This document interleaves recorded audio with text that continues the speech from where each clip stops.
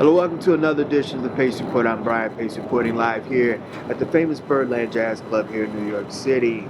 As you know, music is the most universal language around the world.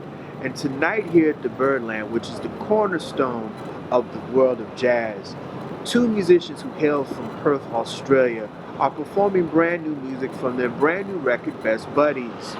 Guitarist Tim Jago and saxophonist Troy Roberts met while they were in college some 20 years ago, but right before the lockdown, they ended up going home, and during the lockdown, these two reconnected and started to write as well as have jam sessions in their native Perth, Australia.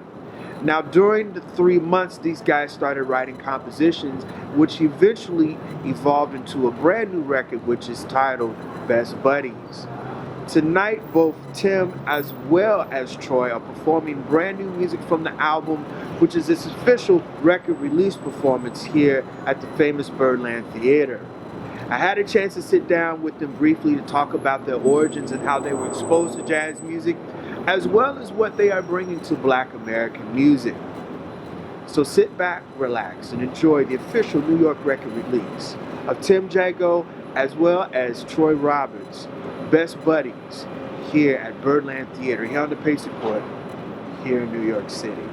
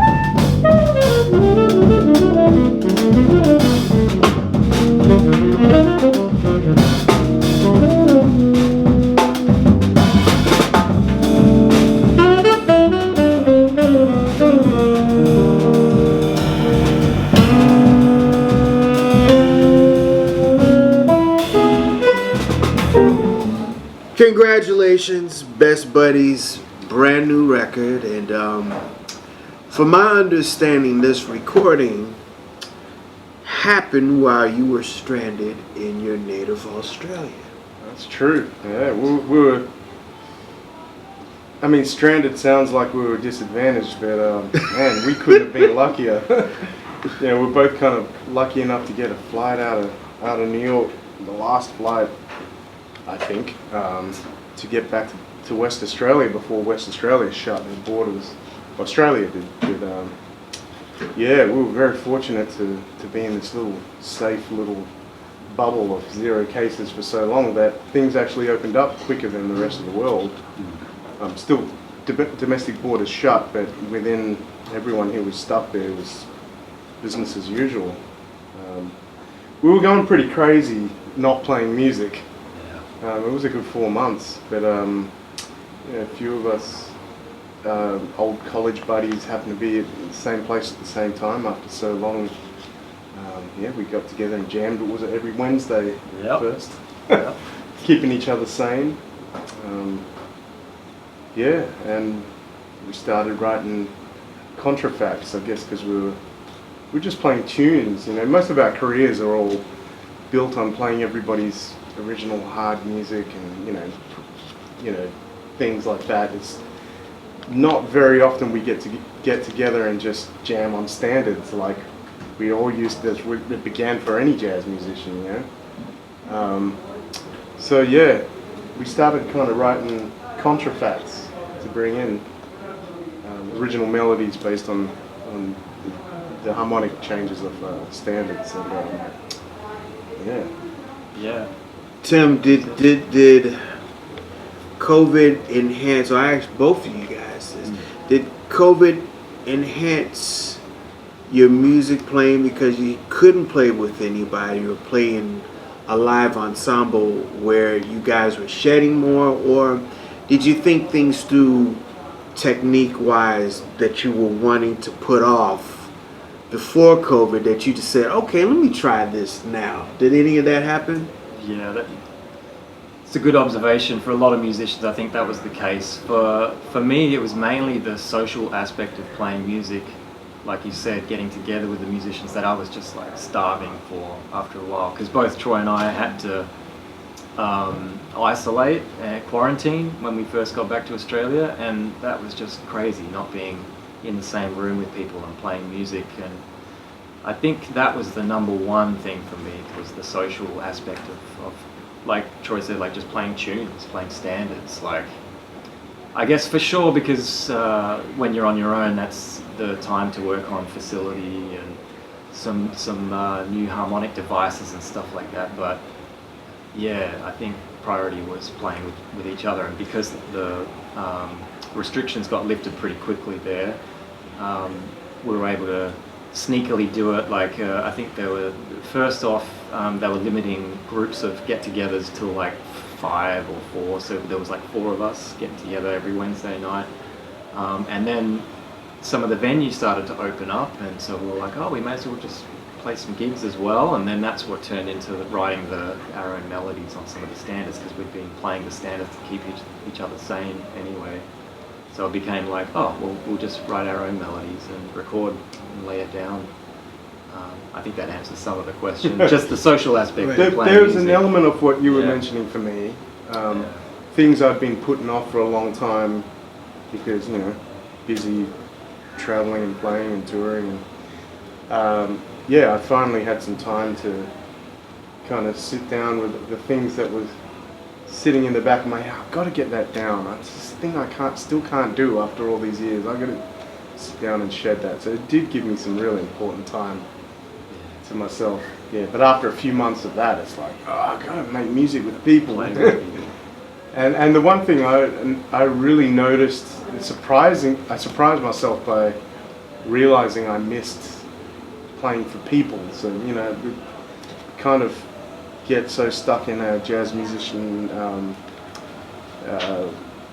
you know, insular little bubble that I really missed being able to play music and watching people hear it for the first time, hearing our music through fresh eyes or ears in a crowd, and really communicating with them. That's what it's all about. It's about touching people. That's what this whole music is about, And for this is really, you guys played this back in Australia, but this is really the first. This is really the New York record release of this album here. Yeah. So here in New York, New Yorkers here at Birdland Theater are going to get the thrust of the brand new music. How do you feel about that? Very good. Yeah.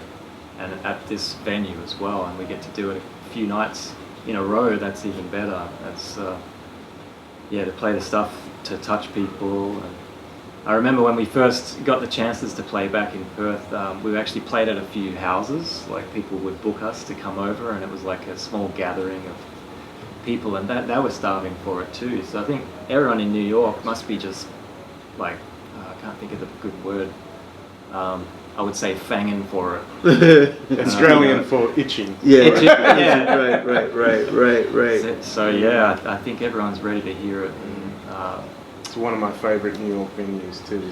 Yeah, this is as classy as it's gonna get, and also too, and I told you, before you sound checked that, New York venues like Birdland and Smalls and Mesro, these guys have really been doing fantastic, because people, once everything got lifted, everybody was itching to come back. So you guys are going to get a real hungry crowd these next couple of nights at Birdland.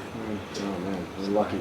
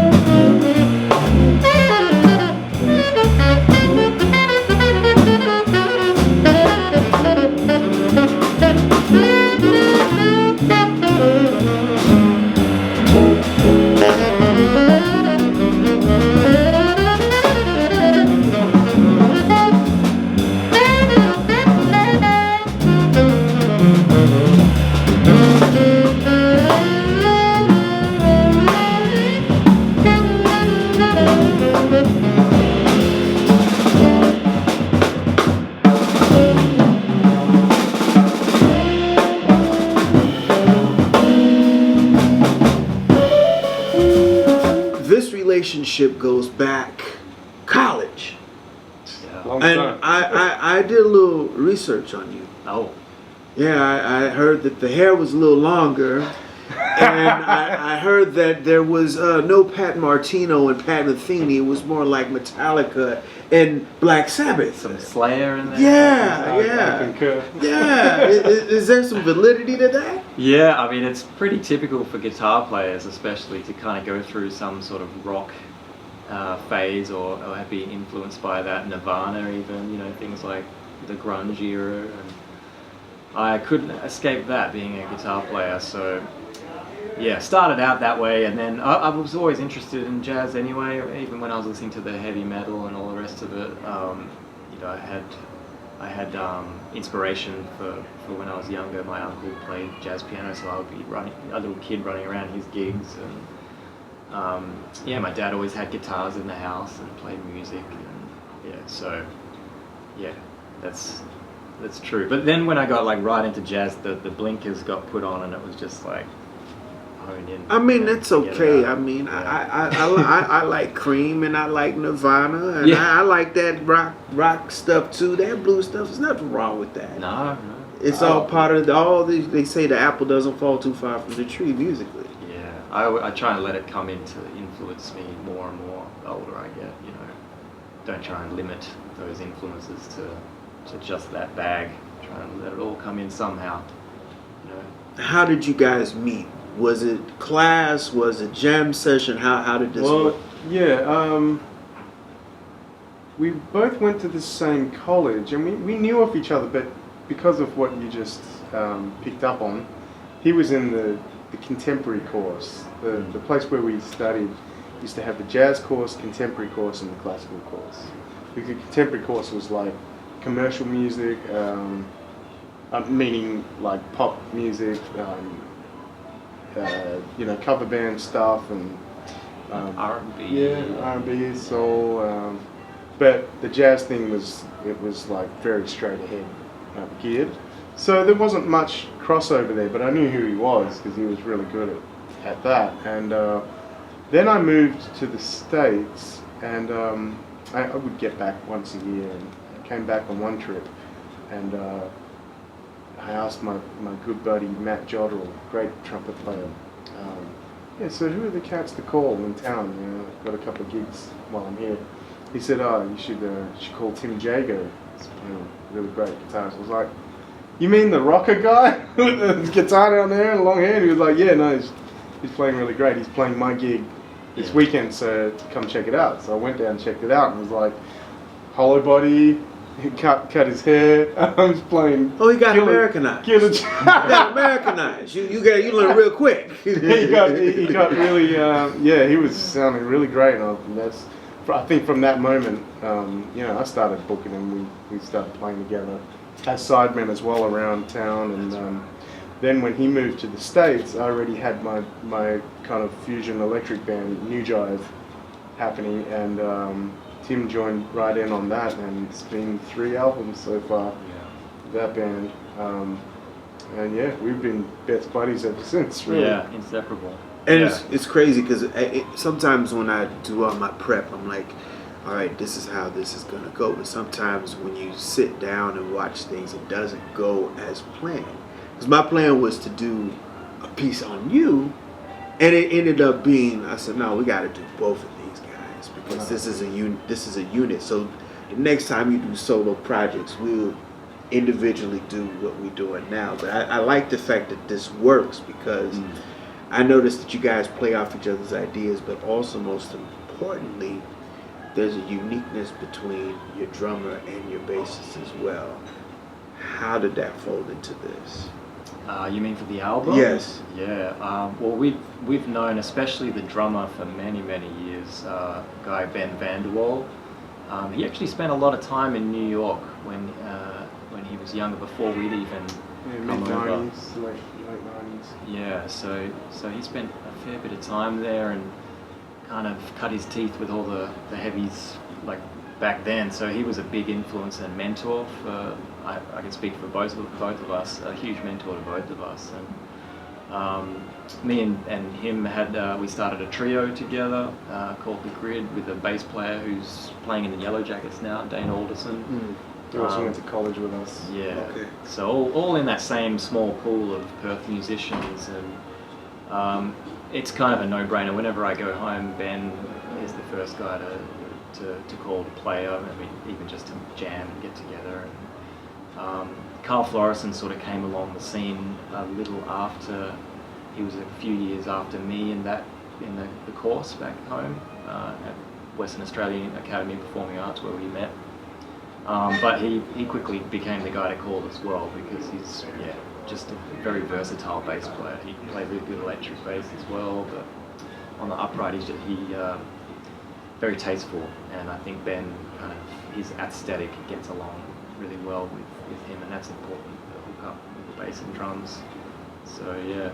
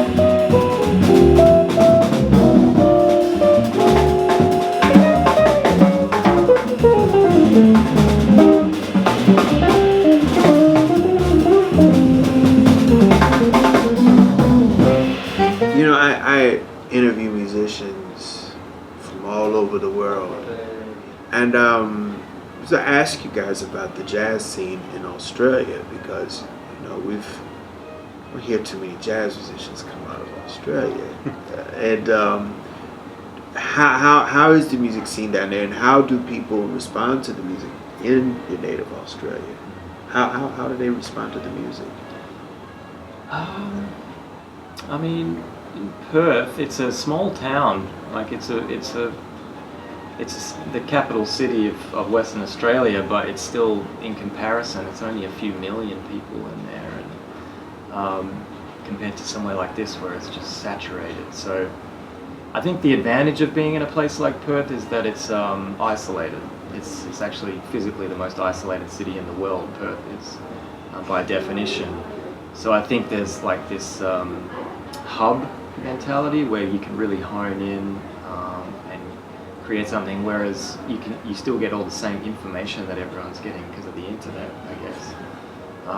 You can learn all the same things, and there was this just like unified mentality of what jazz should be or could be from our elders as well. So we're very lucky to have that. I was always so blown away and inspired by all the older generation before me in my town. So yeah, it's something special about that place, and yeah. And it is received. The main jazz club in Perth, the Ellington Jazz Club, was started by a dear friend of ours who, single-handedly, along with his business partner Bernard Graham Wood, started the Ellington Jazz Club, and I think the whole city just thought he was crazy. We were like, you can't do that here. It's a small town. There's not a big enough following for jazz, and it will never last. People want to go to a bar where they can just have music in the background or some band playing, but everyone's loud and at the bar. It's how it works in Australia. But he really believed in it, fought really hard. I think he fought for like 5 or 6 years and got all the licenses. And they made it happen, and the place is full every night. Really started the culture that we're used to here in New York. He started it in Perth. There was always a strong jazz scene.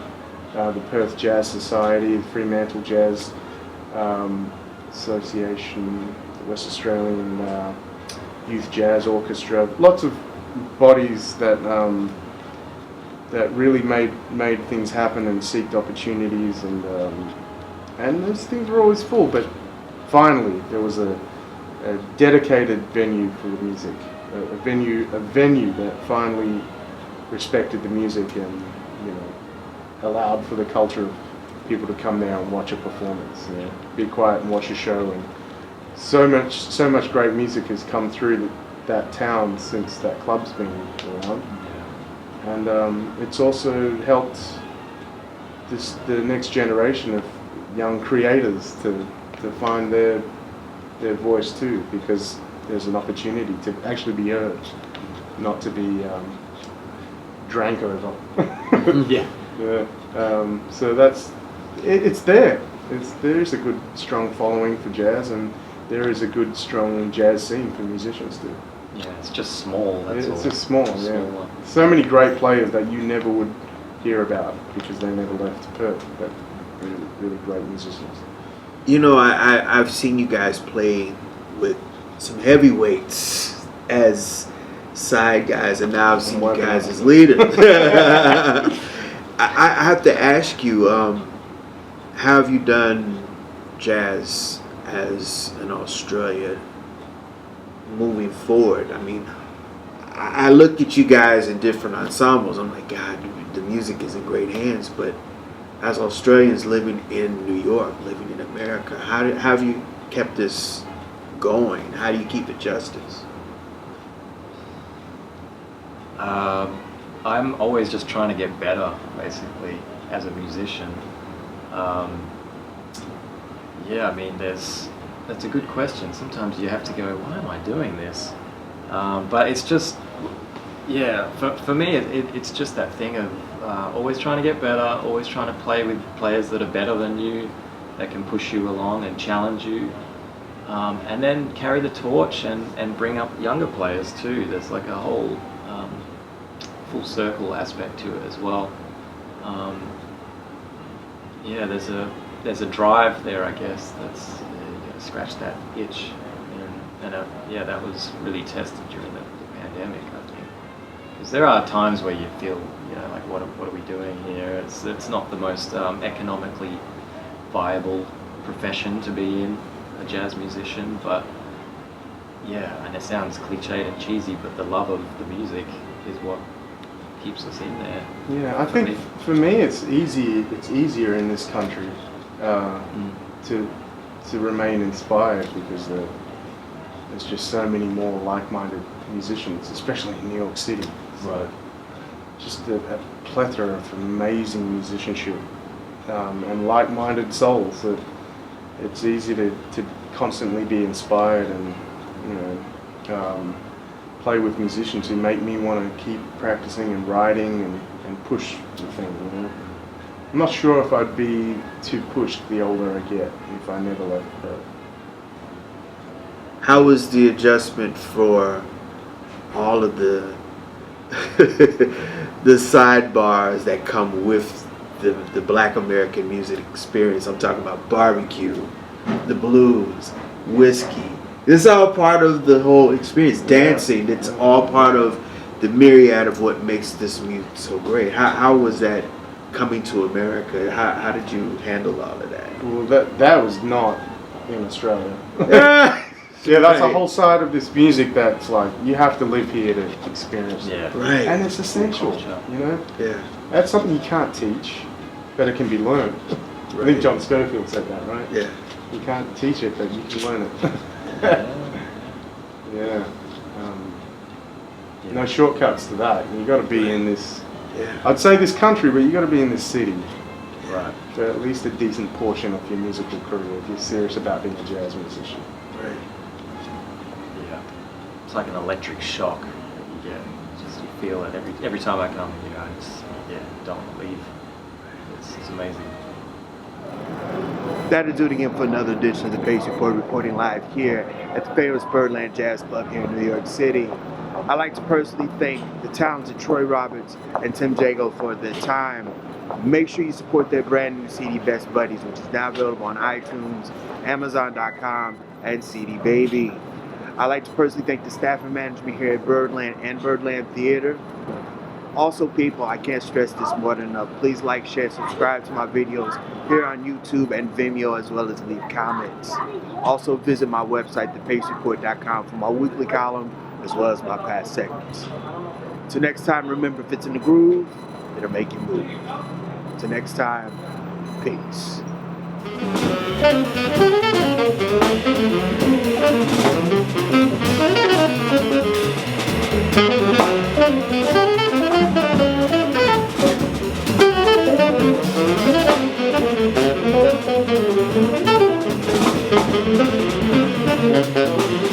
you.